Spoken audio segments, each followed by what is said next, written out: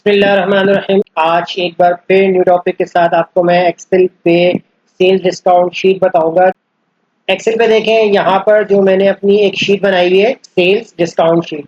अब इस सेल्स की शीट डिस्काउंट शीट को हम किस तरीके से डिस्क्राइब करेंगे, तो सबसे पहले मैं आपको यहाँ पर क्लियर कर देता हूँ। इसको मैं डिफाइन करूँगा कि पहला हमारा कॉलम है सीरियल नंबर का, item, price, quantity, total, discount, sale tax और नेट प्राइस।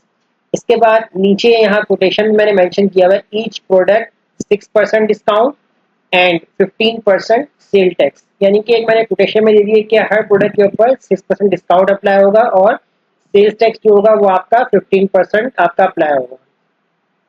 अब डिस्काउंट शीट बेसिकली यूज कहाँ होती है कि किसी भी शॉप्स में या अगर आप मॉल में होते हैं, तो अगर कस्टमर अगर अपनी जो भी खरीदारी करता है तो उसके अंदर अगर वो उसकी जो बिलिंग या उसका रिकॉर्ड जितनी भी वो प्रोडक्ट्स वगैरह परचेज कर लेता है तो उसका एक टोटल अमाउंट किस तरीके से कैलकुलेट होता है, तो वो मैं आपको आज बताऊंगा। तो लेट सपोज जैसे कि ये सीरियल नंबर वाइज आपके पास जितनी भी क्वांटिटीज होंगी इनके सीरियल नंबर होंगे, यहाँ पर आइटम्स जो भी आइटम्स होंगे तो यहाँ पर हर आइटम के उसके साथ उसके प्राइस मेंशन किए गए और कस्टमर से परचेज कर रहा है। कुछ क्वांटिटीज 2 परचेज किए हैं, किसी ने कुछ 3 क्वांटिटीज ली हैं और कुछ 4 क्वांटिटीज, कुछ 5, 6, 8 डिफरेंट क्वांटिटीज में कस्टमर परचेज कर रहा है। तो अब यहाँ निकालते हैं उसका टोटल कि अब उसका टोटल किस तरीके से होगा। तो बहुत सिंपल है, फॉर्मूले को से फोकस कीजिएगा आप लोग। इक्वल टू लगाएंगे, सबसे पहले आपने प्राइस के सेल को सिलेक्ट करना है, मल्टीप्लाई कर देना है क्वांटिटी से और अब आप इसको एंटर कर देंगे। एंटर कर देंगे तो देखें यहाँ पर आपके पास टोटल आ रहा है। कस्टमर की जो भी चीज पेंसिल परचेज की है इसकी प्राइस थी 50 जो प्राइस थी 1 प्रोडक्ट की थी, तो कस्टमर ने 2 क्वांटिटी खरीदी है तो इसके प्राइस क्या हो गई है, 100 रुपीज की प्राइस हो गई है। इसको हम ड्रैग कर देंगे ताकि ये फॉर्मूला तमाम प्रोडक्ट के ऊपर अप्लाई हो जाए। इसके बाद है यहाँ पर डिस्काउंट। अब कितना परसेंट हम डिस्काउंट दे रहे हैं यहाँ पर, जैसे यहाँ पर हमने मेंशन कर दिया है कि डिस्काउंट हम दे रहे हैं 6% और सेल टैक्स जो हम दे रहे हैं यहाँ पर कितना अप्लाई हो रहा है 15%।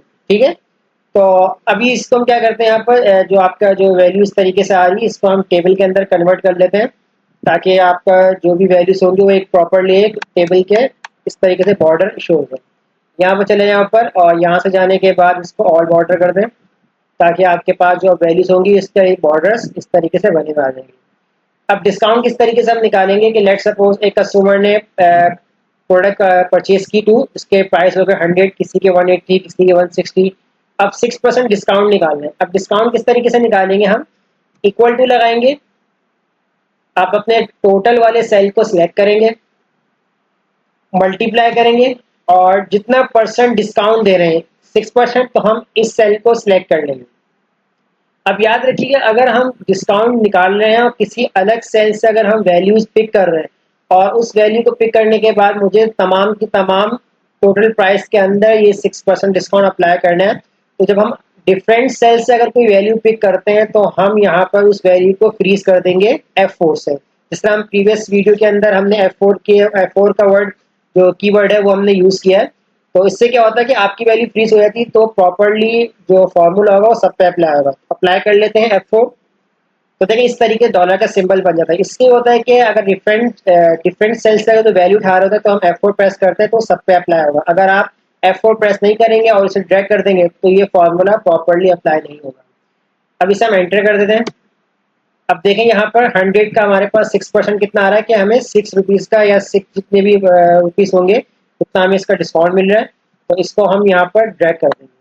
तो देखें किसी में हमें 10.8% का डिस्काउंट मिल रहा है, किसी में 9.6, किसी में 30 रुपीज़, किसी में 72 रुपीज़, किसी में 240 रुपीज़। डिफरेंट यहाँ पर 6% के सबके डिस्काउंट हमारे पास मेंशन हो रहे हैं। अब हम निकालेंगे यहाँ पर सेल टैक्स। सेल टैक्स कैसे निकालेंगे, इक्वल टू आप अपने टोटल वाले सेल को सिलेक्ट करेंगे, मल्टीप्लाई कर देंगे और सेल टैक्स हमने यहाँ मेंशन किया हुआ है, इसको आप क्लिक करेंगे इस वाले सेल को और यहाँ पर भी आप F4 प्रेस करेंगे। F4 प्रेस करके एंटर कर देंगे। एंटर कर देंगे तो देखें आपके पास कितना परसेंट टैक्स लग रहा है, 15 रुपीज़ यहाँ पर टैक्स अप्लाई हो रहा है।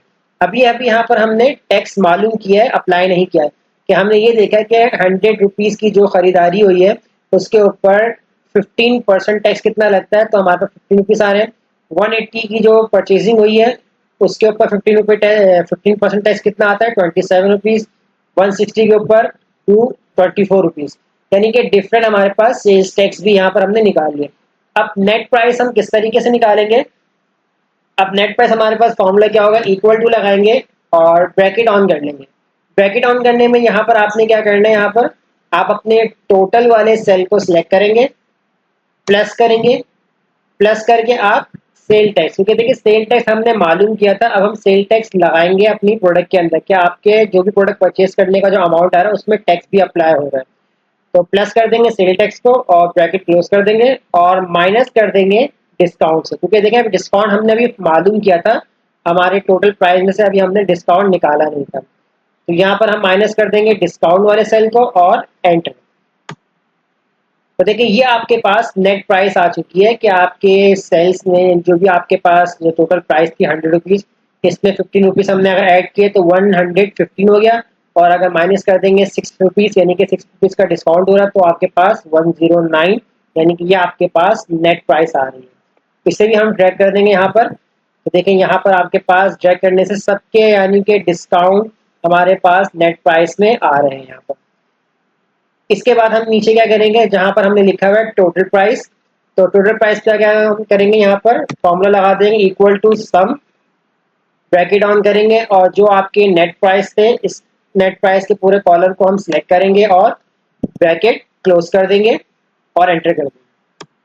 तो देखिए ये आपके जो अमाउंट आ रही है ये फाइनली बिल है कस्टमर का, कि कस्टमर ने जितनी भी क्वांटिटीज यानी कितनी भी प्रोडक्ट वगैरह परचेज की थी उसकी क्वांटिटीज और टोटल अमाउंट, जिसमें सेल टैक्स अप्लाई हो गया और डिस्काउंट अप्लाई करने के बाद जो नेट प्राइस आया था और उसके बाद टोटल प्राइस आ रहा है, तो ये कस्टमर का फाइनली बिल है जो उसने पेड करना है। तो इस तरीके से देखिए सेल डिस्काउंट शीट तैयार कर सकते हैं हम। फिर इसका अगर आप प्रिंट निकालना चाहें तो हम प्रिंट निकाल के कस्टमर को हैंड ओवर भी कर सकते हैं। तो ये थी हमारी सेल्स डिस्काउंट की शीट। अगर आपको वीडियो अच्छी लगी तो लाइक कीजिए और शेयर कीजिए और हमारे चैनल को सब्सक्राइब करना मत भूलिएगा। दुआ में याद रखिएगा। शुक्रिया।